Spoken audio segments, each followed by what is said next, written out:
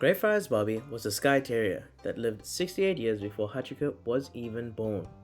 He lived in Edinburgh, Scotland, and like Hachiko, he has a prominent statue at the corner of Candlemakers Row and George IV Bridge. He is famous for his unyielding loyalty until death.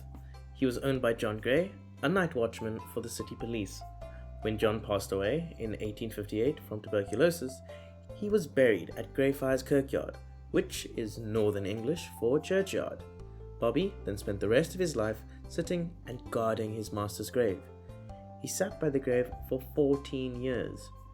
Bobby spent 14 out of his 17 years guarding someone who had loved him for only 3.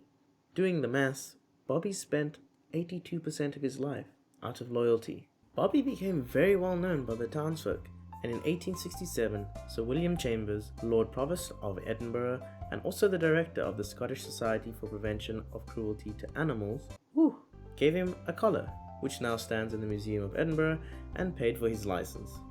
A year after his death, a baroness had a drinking fountain topped with Bobby's statue commissioned by sculptor William Brodie. Bobby's story is still alive in Scotland today, and is well known through several books and films. I read this version myself when I was 10.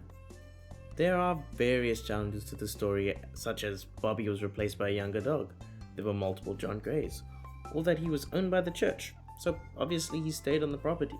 Unfortunately, due to time, nothing can be verified to 100%, but the story of loyalty and love is very accurate for a dog. Thanks for tuning in to this week's dog video. I hope you enjoyed learning about Hachiko last time and Bobby this week. This week, we're actually going out to the memorial of the dog featured in next week's video, so I'm really excited because usually we just have to get stock photos and images from museums and get information from different sources, but here we can go directly to the source. It's going to be an amazing experience, and I'm hoping to do that video in a more live fashion that you're used to. Until then, stay well.